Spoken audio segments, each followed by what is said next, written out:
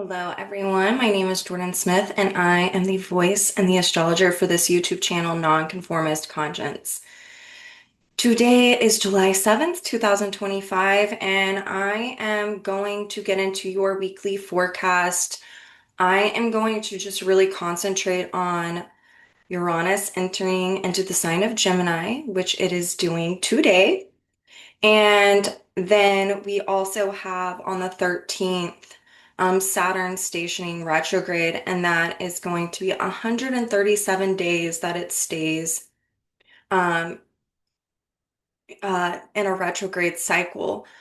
Um, we also have a Capricorn full moon happening on the 10th, and I'm going to make a separate video for that because there's a lot to unpack with that as well. And I want to give my due diligence for you all. I know that each one of us really love looking at the full and new moons in depth because it's so personal. So let's talk about Uranus entering Gemini first. I'm Before I share my screen, I want to talk a little bit archetypally. What does Uranus mean? And whenever it is synthesized with Gemini, what is this, reflecting for us? So, first off, Uranus spends about 7 years, 7 to 8 years in each sign. And it's an 84-year cycle. That's how long it takes to rotate around the sun. And Uranus is, on the one hand, the higher octave of Mercury. Um,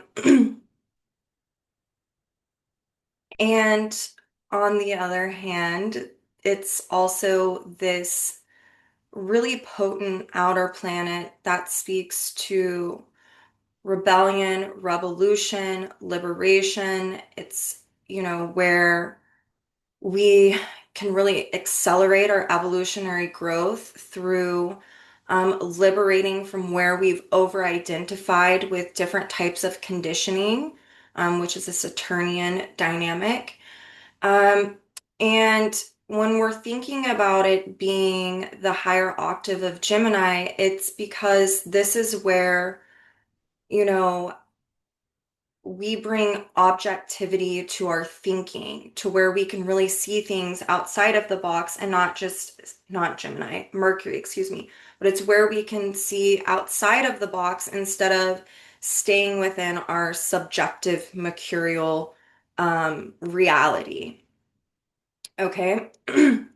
So it's interesting that Uranus is entering into Gemini and is going to be ruled by Mercury. So we can see that there's something going on within our thinking, and the ways in which we classify information or we relay messages. Uranus also is all of our subconscious memories um, from this lifetime and prior lifetimes when we're looking at the evolutionary journey of the soul. It also corresponds, same with Aquarius, to the individuated collective conscious, and our personal individuated, consciousness. It's where we're individuating. It's where we're thinking for ourselves. It's where we are. That's why it's the liberation from the Saturnian conditioning and structures around religion, society, values, um, you know, uh, it runs the gamut. It's everything. It's that feeling of whenever you're a teenager and you are rebelling from what it is that maybe you've been taught to think, believe, to value, to need, and you're really seeking your own independence and freedom around who am I? What feels individualistic to me? Okay. And Uranus and Aquarius also really correspond to trauma as a whole. You can see trauma within other archetypes, but um, when we're looking at trauma in general, you're looking at Uranus. And it's a lot of times you'll see someone with a lot of Aquarius or very strong Uranus in their chart, and they might have a lot of mental trauma because it is an air planet. But if it's coupled with something else, like in my chart, as an example, I have Uranus, it's conjunct my Saturn and my Neptune in my eighth house. And so it really speaks to personally physical, sexual trauma, Saturn in the eighth, physical trauma, sexual eighth house. Um, and mental trauma, that is, my Uranus, and also spiritual trauma, and that's Neptune being there too. So, and you can see that that is something that has conditioned um, me that I'm trying to liberate from. Uh, so I just want to put it out there. There's other signatures, like if you have something in your chart linked with Uranus and you've been through something traumatic, it's going to really tell and speak to that story or that event, the traumatic experience. And there's different reasons for why we go through things, and I'm not going to get into that right now. I do have a video on this YouTube channel called From Trauma to Transformation um, that I can link, where you can find it on a playlist where I go into this in more in depth if that's something you're interested in. But I would be remiss if I didn't bring up how Uranus is a part of the trauma archetype. The other thing is that Uranus is speaking to the collective and to communities, to the tribe, right? Um, and that is speaking to how we value community, if there's been trauma within community, all of these different places. The other thing that I want to speak about is that um, there can be this sense of alienation within the Uranian Aquarian archetype. There's another sign and planet that correlates with that too, but in a different way. And that would be Sag and Jupiter. And that's more from a cultural or evolutionary perspective of many living many different lifetimes in many different cultures, and not really feeling like one fits into that with the Jupiter Sag dynamic. And it can also be based around if you are a soul who's more aligned in natural laws and living in this reality that we do on Earth, how that can feel alienating because your core values are aligned with what's natural and not the distortions that are playing out and running rampant here on Earth at this point of time in history. But Uranus and Aquarius, whenever it comes to alienation, it is more of my individuality, who I am on a soul level, is very different from the community that I find myself in and the groups of people, these Uranian buzzwords. Um, and so it can be just that. I mean, okay, I'll give me as an example as well, because I have a very strong Uranian dynamic in my chart. As a lot of you know, I grew up in Oklahoma. And in Oklahoma, it is a very religious, Christian-based place. And I went to private Catholic school growing up, and I always felt very alienated because I was always challenging the status quo, which is a very Uranian thing. The status quo of within the structures I found myself in. I was very curious. I was very felt I had respect for other people's opinions and beliefs, but they did not feel true to me. And I would question them a lot, and that would have me feeling really weird. That is like a good word for Uranus. It's feeling a bit weird. I feel a little different because I'm asking the questions that are, resonating with my own personal soul individuality. And I'm standing out against the backdrop of other people that just kind of blindly go with, oh, I'm being taught this has to be true. And so they just buy into a belief. So there can be this strong function within the Uranian Aquarian archetype of just this core sense of alienation. Of course, we can feel alienation too whenever we've had traumatic events happen, right? I know that I had this go on as well. Whenever I was in my early 20s, I experienced a very traumatizing relationship where someone was trying to in my life, and he was very sexually and mentally, verbally and psychologically abusive. And I felt very alienated from people around me because I felt like they didn't understand what I was going through. So it can even bring up that kind of equality, right?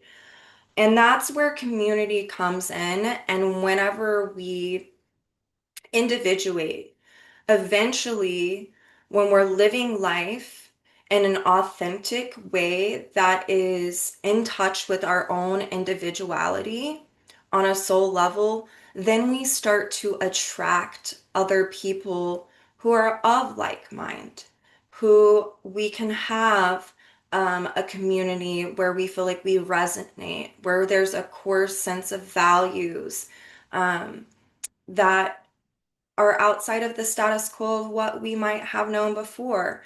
I have seen this with myself and other people as we have matured and evolved, even in this lifetime. We've come together, and it's like from me becoming an astrologer and really breaking free from um, the conditioning and the structures that I was born into, I have created a new family through my friends. And so there's some people who have very strong Uranian functions um, or dynamics that in Aquarius to where their family becomes, well, their friends, which is Uranus, friends, become their family, right? Um, so there's so many intricacies within the archetypes. They are vast, they are wide, and I'm giving you kind of a general dynamic. Um, when it comes to the sign of Gemini, okay, which is Mercury ruled, and Mercury is um, the ruler of not just Gemini, but also Virgo, which we have a South Node in Virgo right now, and a Mars in Virgo, but really a South Node in Virgo. It kind of takes on this dual nature, which is a huge thing within the sign of Gemini, is about duality, okay? And Gemini is very much about going out into your environment. It's a yang energy. So it's energy moving out. It's about going out into your environment, and it is about sensing your reality and then classifying it with language in order to express or give words, in order to conversate with other people about what it is that you're experiencing and you're sensing. In the sign of Gemini, that's where we can have these conflicting opinions, right? It's where we're like, what's fact, what's opinion, and what's truth. And truth would correlate to the polarity of Gemini, which is Sagittarius.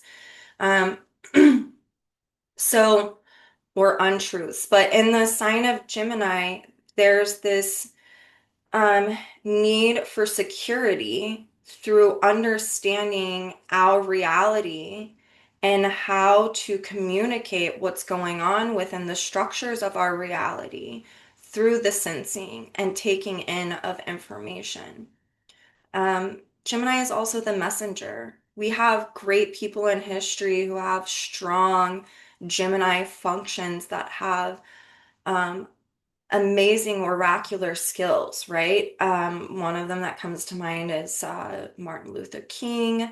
Um, there's a few other people that one person who was actually born the last time that Uranus was in Gemini um, was Alice Walker. Um, so, there can be this dynamic of people who are able to really take in the truths of the natural world and then to be able to express them in a way that helps other people connect. Gemini is also where one can go back from this opinion to this opinion, and I don't really know, and I'm just going back and forth, da da da da. And that really is like speaking to this need to ground into what feels authentic and true for you, right?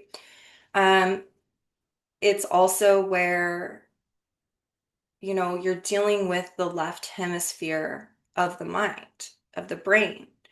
Um, and so it's very subjective. I've spoken about this before, like two people can go through the same situation. I think of siblings, which is also a Gemini function, but two siblings can go through the exact same thing in their upbringing, and one has one opinion about it, and the other has a very different opinion about it because it's about pulling in their own unique perspective as well, right? And there's this need for a type of humility that would be the square from Gemini to Virgo to understand that perspective is subjective and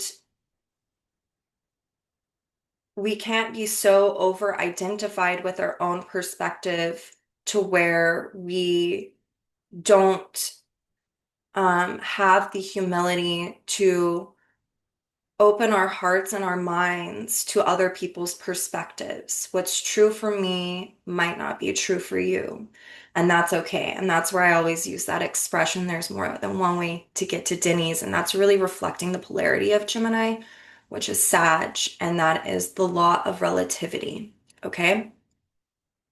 So the other dynamic I will say is that, you know, Gemini can be people that come in um, that are really good at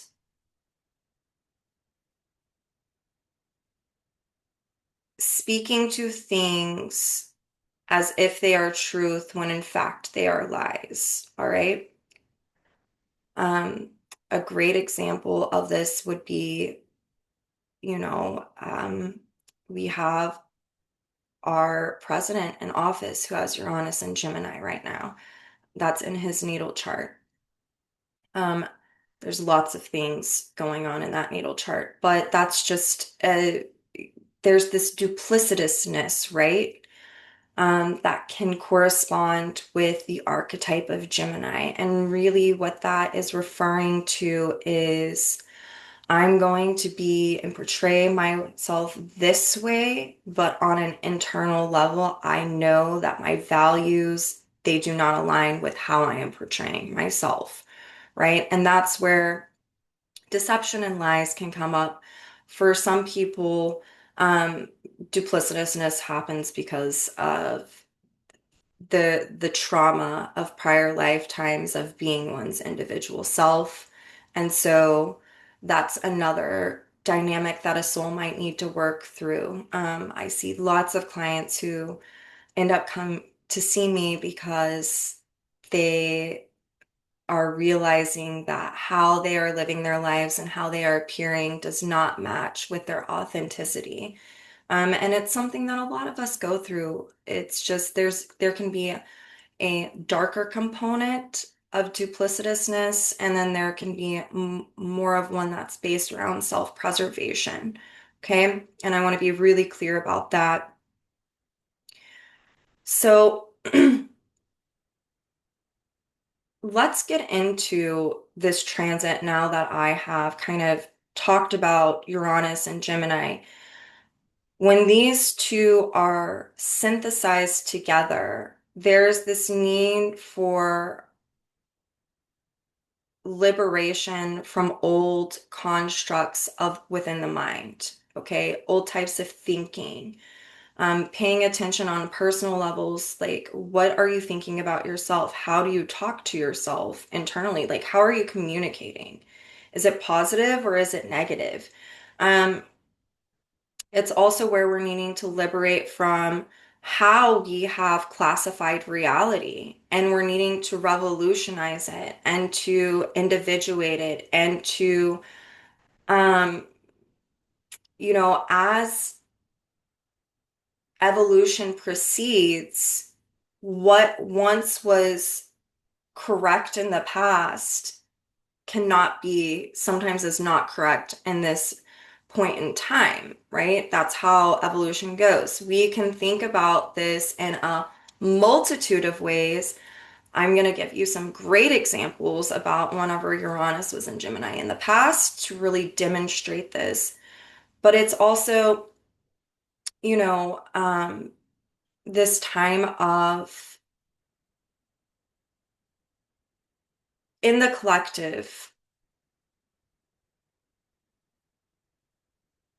we are really wanting to collectively evolve through understanding our reality in a very different way, through sensing it, and hopefully through coming to an understanding of what are actual natural truths and laws in order for us to um, change our thinking and the ways in which we express or write different dynamics. Writing corresponds with Gemini as well. So, and how we construct our reality through our thinking. Okay. So it's really asking for us to have a sensory sensing our reality in a different way, in a way that creates liberation and a sense of freedom.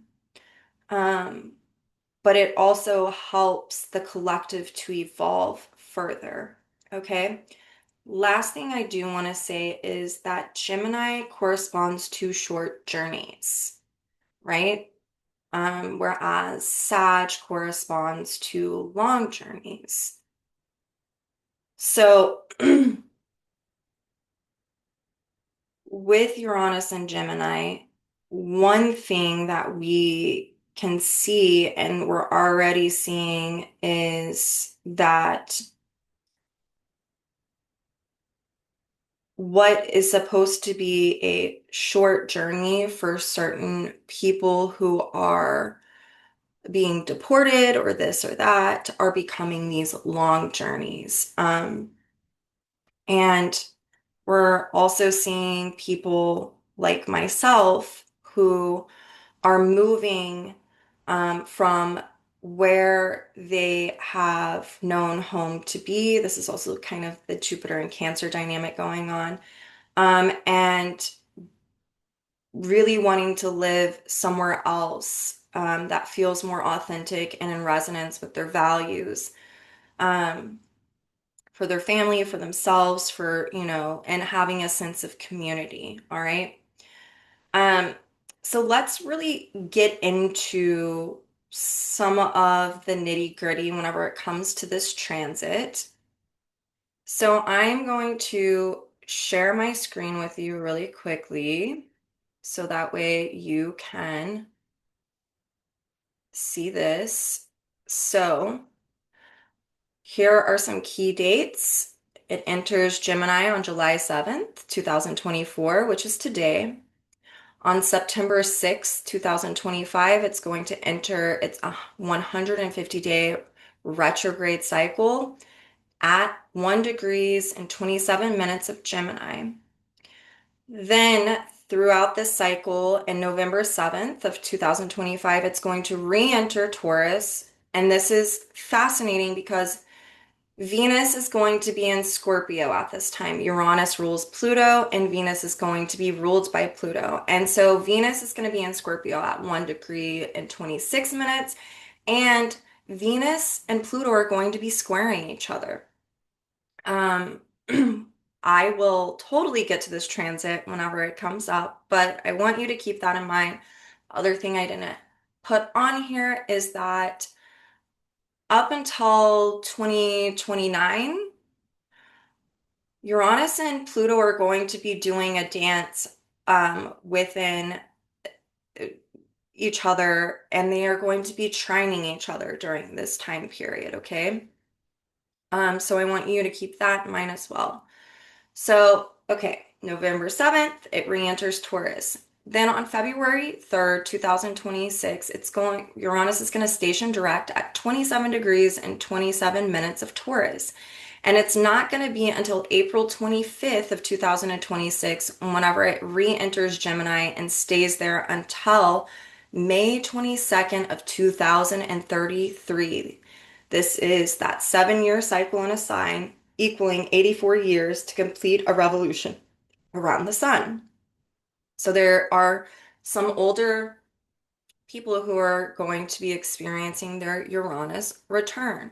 One of them being um, the leader of the United States right now.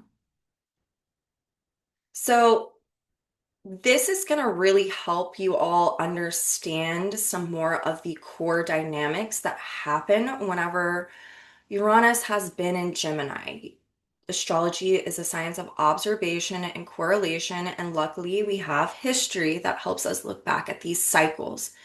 So the last time it was here, it was in 1941 through 1949, and this was World War II started whenever Uranus was in Taurus, okay? But during this period, this is when World War II ends and the rebuilding begins. This was also the birthing of the civil rights movement. The other thing is when we look at, Pearl Harbor happened during this. This really, America wanted to be neutral, take a neutral stance for much of World War II. And it was not until Pearl Harbor happened that we got involved and we had, um, lots of casualties within that dynamic for us and for the Japanese. This is also, if you think about Uranus and Gemini during this time, we had the rise of the Hitler regime, and this was where we had someone who was utilizing propaganda as truth, but they were lies, and this created a lot of trauma for um, a group of people, a community, and different communities of people who were alienated by the societies that they found themselves in. When I think about this, we're thinking about the propaganda that was used against not just Jewish people, but those of the LGBTQ community and also the disabled community, okay? Um, so I think that a lot of us understand what was happening during this time. It wasn't too long ago. Like I said, during this time, this is whenever Trump was born. He has Uranus and Gemini. The other people, though, that I thought would be cool to put on here so you can get an idea is that Wilma Mankiller, she was born. She was the first female Cherokee chief. And she was born in 1945. She was an activist for, um, you know, indigenous peoples and their sovereignty. She was also an activist whenever it came to, um, you know, ecological values and taking care of Earth, really being in more of a natural, uh, a woman who had more natural values, okay? She's very outspoken, by the way. Look up some of her quotes, just wonderful. And that outspokenness is definitely Uranus and Gemini. So then we have Alice Walker, and she was the American poet, author, and she was a civil rights activist, and she was born in 1944. This is, she wrote The Color Purple is her most famous one. So she was able to bring a community of people together that felt very alienated, Uranus, um, through her writing and her expression um, of her experiences as a way to bring that community together, right? Um, we also have Eckhart Tolle, the German spiritual author and teacher, and he was born in 1948. I feel like most people know who he is. So he had a lot of knowledge, Gemini, around more natural spiritual laws that he has, written about and shared and communicated um, to bring people together, right? So these are great demonstrations of that Uranus and Gemini. When we're looking at the birthing of the civil rights movement, I want you to think about this is whenever Martin Luther King Jr. He was, finishing, he was deciding that he was finally going to be a minister and he started doing so much work. This is the time of whenever Malcolm X and him started to become known. It was more in the 50s and 60s, but this is like whenever they started to have a sense of community and an understanding of what it was that they were needing to express in order to help evolve the collective. All right. So although they do not have Uranus in Gemini, they were very much impacted by this time period. Another person, I would say, who was really understanding individuality and the need for expression and the need to speak for a community or group of people would be Gloria Steinem. She was born in the 30s. But this was a time period of where all of these things were coming online, right, into people's consciousness. That is a very Uranian dynamic of all of a sudden this idea, this clarity, this in a flash, this aha moment of this is what I'm supposed to do, this is what I need to do. And that helps perpetuate evolution and brings a lot of clarity when we have the courage to act on that. So you can see how these people of the past who were just before the Uranus and Gemini generation were really inspired by this time period, okay?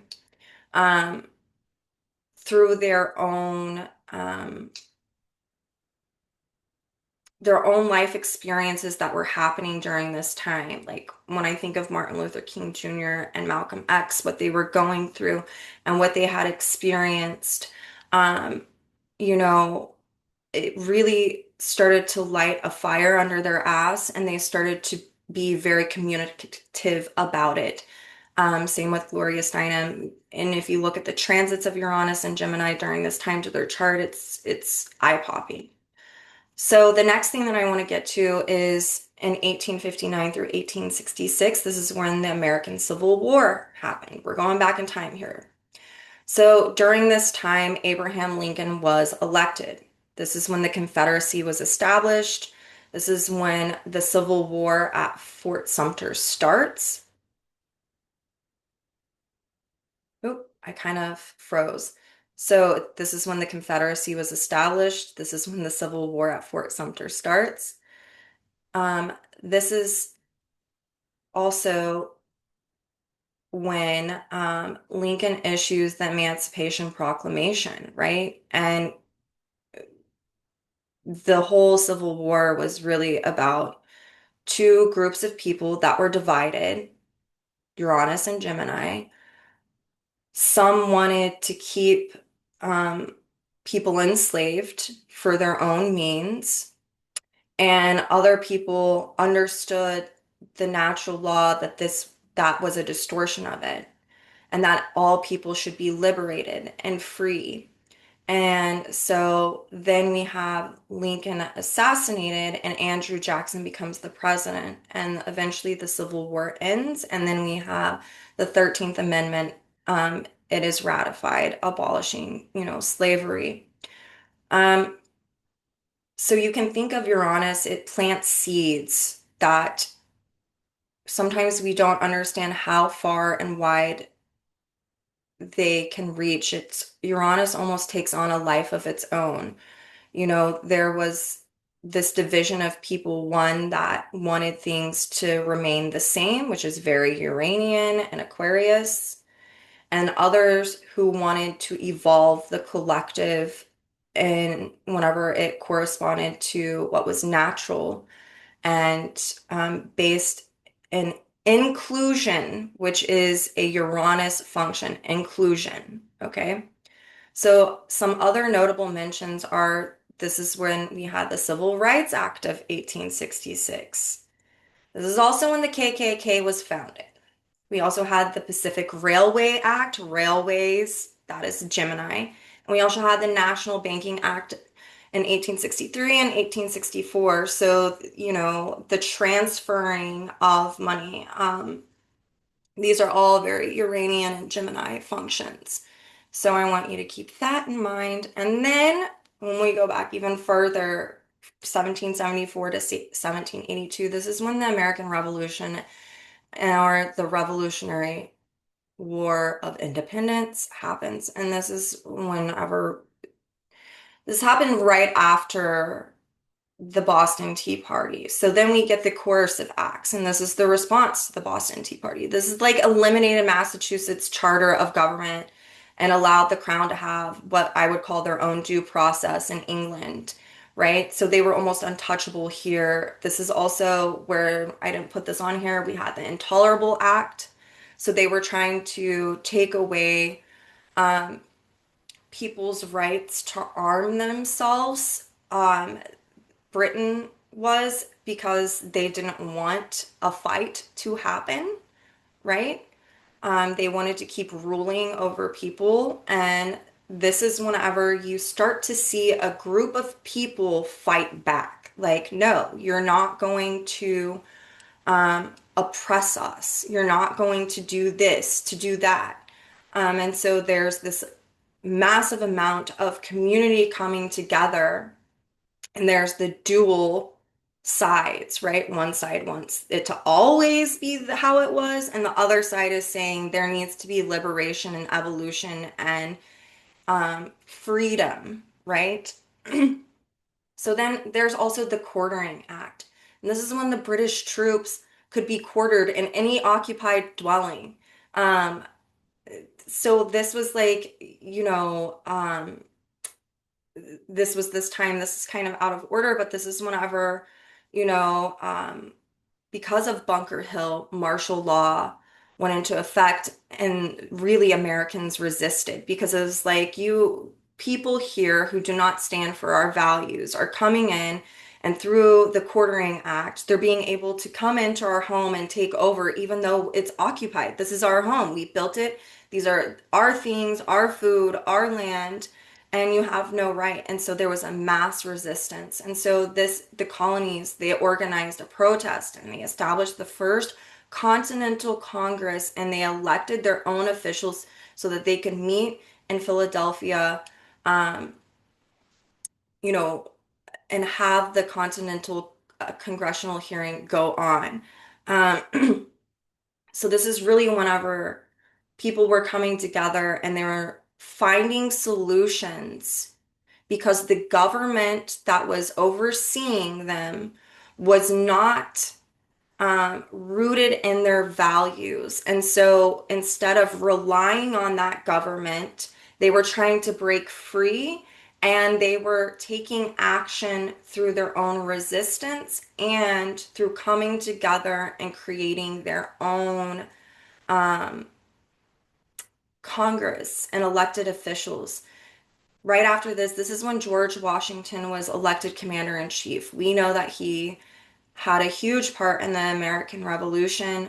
Um, Again, through all of the different battle zones that played out, the martial law was put into effect. Again, there was mass resistance by Americans. And eventually, there came the peace treaties with the Indians as Congress acted as their own independent government. This is also really interesting because the Constitution is based off of the Iroquois' values, okay? You can look this up through these peace treaties. This isn't really spoken about that often, but the Iroquois, they really helped play a huge role into how our Constitution was written, all right? And they were based more on these natural values. So you can see even with Uranus and Gemini and the sharing of information, there was also this polarity of Sag getting pulled in to there's natural laws here that can be, instilled. And then eventually, America, it declares its own independence. This was through the Treaty of Paris. This is whenever King George III, he wanted to have, peace talks, this, that, and the other. He kind of just resigned. And then after, the independence of America, this is whenever Congress also created the Navy. And this was one of the things, there was many reasons why, but part of this was a direct result of what happened in the Boston Harbor. So this just gives you an idea of what, you know, was going on during these other times. Communities of people where there was mass division, two different groups, there was trauma, but there was also things around liberation. Um, we see it with the American Revolution and independence. We saw it within the Civil War. And we also saw it within World War II and then the birthing of the civil rights movement. Okay, so let's see here. I wanted to just kind of go over that with you all. And then the other thing that I want to speak to is, um, I'm going to bring up this chart for you all whenever it comes to Uranus entering Gemini today. Yes, this is the Greenwich chart because this is the overall collective. Um, so there's a couple of things. I mentioned this in my last video last week. We've got quite a few things now being ruled by this Mercury and Leo. We've got the lunar south node. So things from the past coming up in order for us to work on them, to improve, to adjust. And this can be when there's been too much denial or procrastination, crisis can ensue. And a lot of times that's through disillusionment. Mars and Virgo is also here. So that's really asking for a lot of action in the day to day, the moment to moment, the here right now, and putting up really good habits on personal levels. This is also on a collective level, like desires to improve what's going on. And then we also have Venus and Gemini and now Uranus, and they are both trine Pluto, retrograde in Aquarius. I love this. This really, on personal levels, gives a lot of clarity about what it is, what actions are meant to be taken in order for one to improve, what areas of your life that this is needing to be facilitated.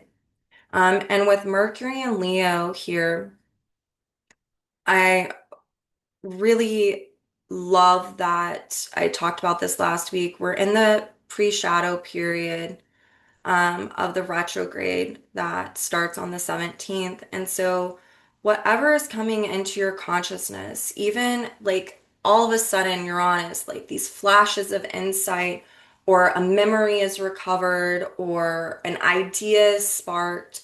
This Mercury in Leo really gives us the courage to choose what feels right for each one of us.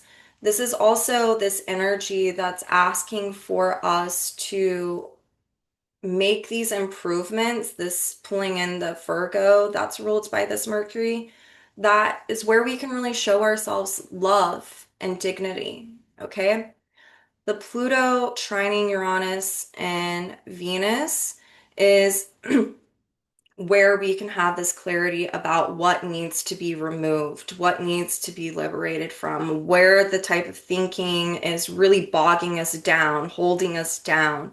It's getting in the way of us accessing, our, it can be our sovereignty, or our,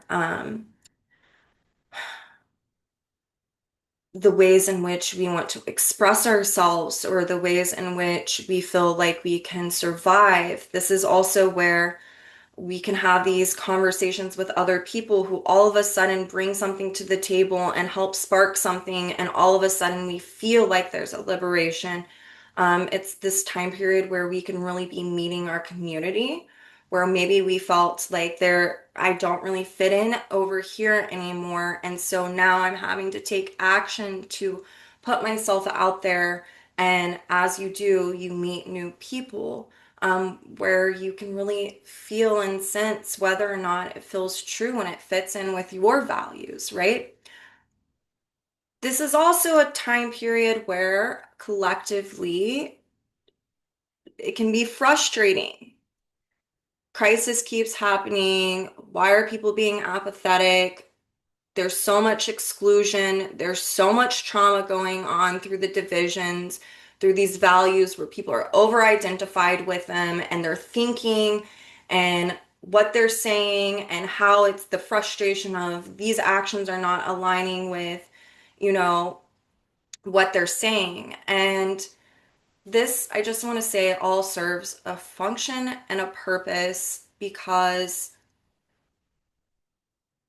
if you're on my channel, chances are that what you see going on in the world, you've seen it kind of coming, and you knew that it wasn't in alignment with inclusion. And so it almost feels as if we're watching people having to get to a point to where, let me stop this, to where they're now experiencing the consequences of their actions and feeling duped and disillusioned. And it's only whenever it happened to them directly. What I want to say is that is very frustrating, yes. But that is how oftentimes, especially how things are structured now, work. Until one has a direct experience with something, they really don't understand the consequences of the choices. And choice making is a Mars dynamic. And while we have Uranus and Gemini,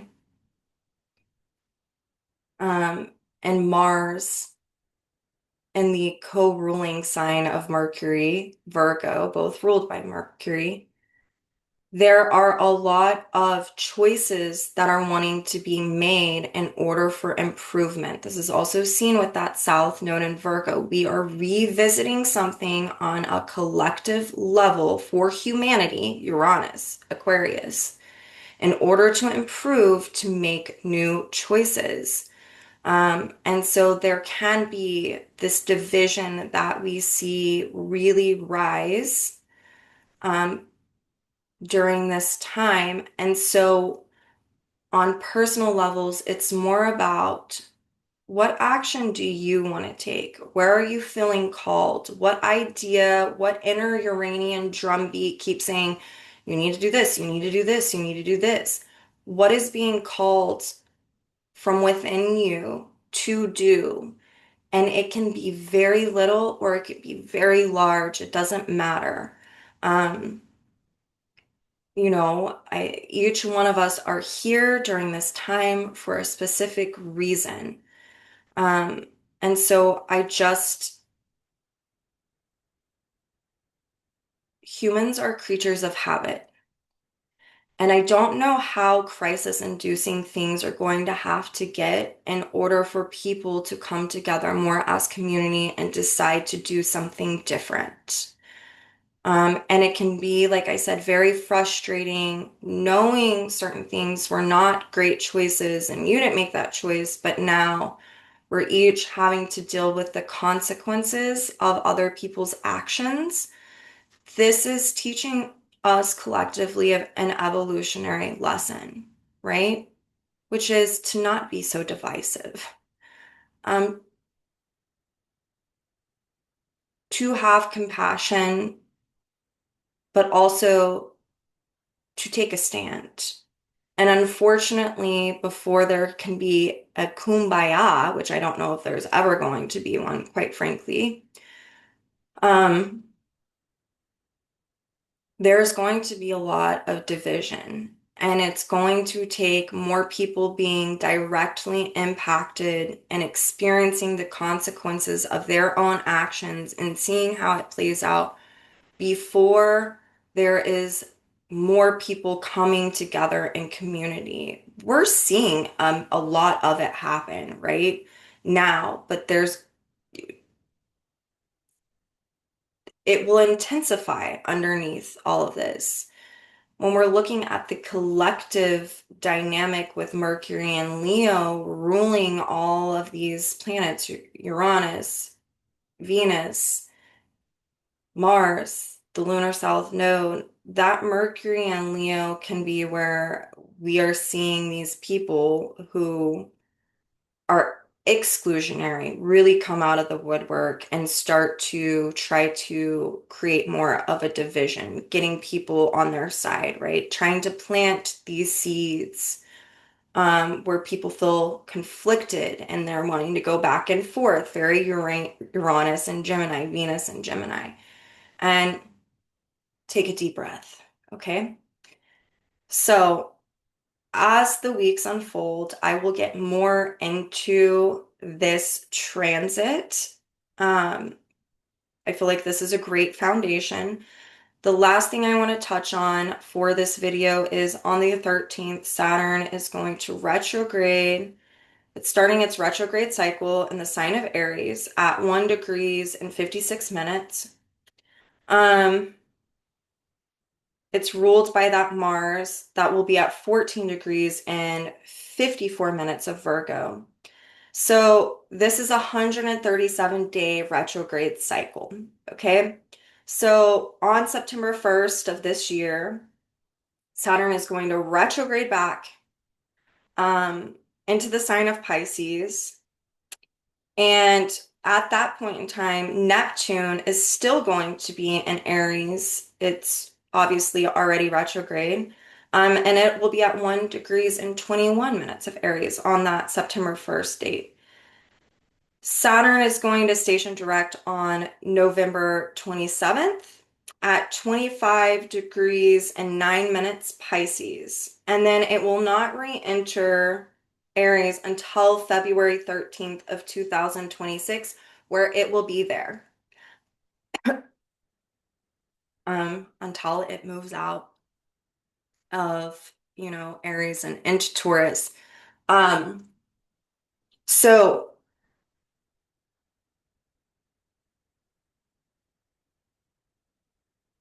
Saturn stationing direct. I've told you this when anything, I mean, stationing retrograde.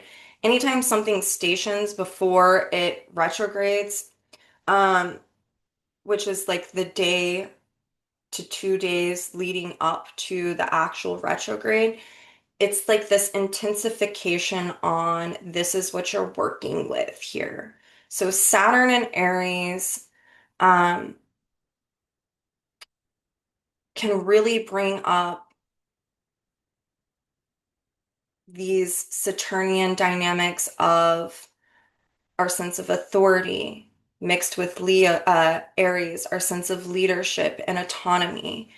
can bring up these dynamics of fear. It's Aries, ruled by Mars. I don't know how to act. I don't know what to do. I don't know what choice to make. That's Mars and Virgo. It really is just take it one step out of a time at a time. Retrogrades are a redo, relive in order to resolve. Saturn is all about reflection. So it's wanting us to really reflect on what it takes to be the leader and the role model and the authority of our own life. What types of dynamics within those themes are you needing to improve upon? That's the Mars and Virgo function in order to resolve something that was started. Um, there can also be dynamics with the authority figures in your life that can come back up for you to work on them. And so you might be revisiting that and reviewing it. How did that have an impact on your sense of sovereignty and authority and own leadership? Whenever Saturn re-enters into the sign of Pisces, again, it's going to be ruled by Neptune and Aries at that point of time. This is where, we can really be revisiting what needs to be healed and surrendered to within our own structural reality, where we're needing to truly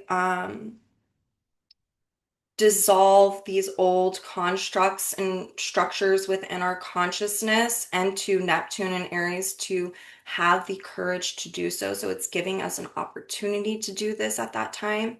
Um, Revisiting past dynamics of where we felt like our sense of authority could have been stripped or washed away, where we felt disillusioned because of how we structured our own ideals, or where we gave ultimate meaning and put our authority into something instead of finding it within ourselves. So there's a lot of restructuring that's wanting to go on within our consciousness. And really, this need for us to pay attention to our desires, and also whatever comes up for you is really asking for it to be healed. Um, so if you felt like it was done and over with whenever Saturn was in Pisces a few months ago, you might be revisiting some of that in order to really have the deep clarity and understanding. Um, that maybe either you felt you had, but there was more to it, or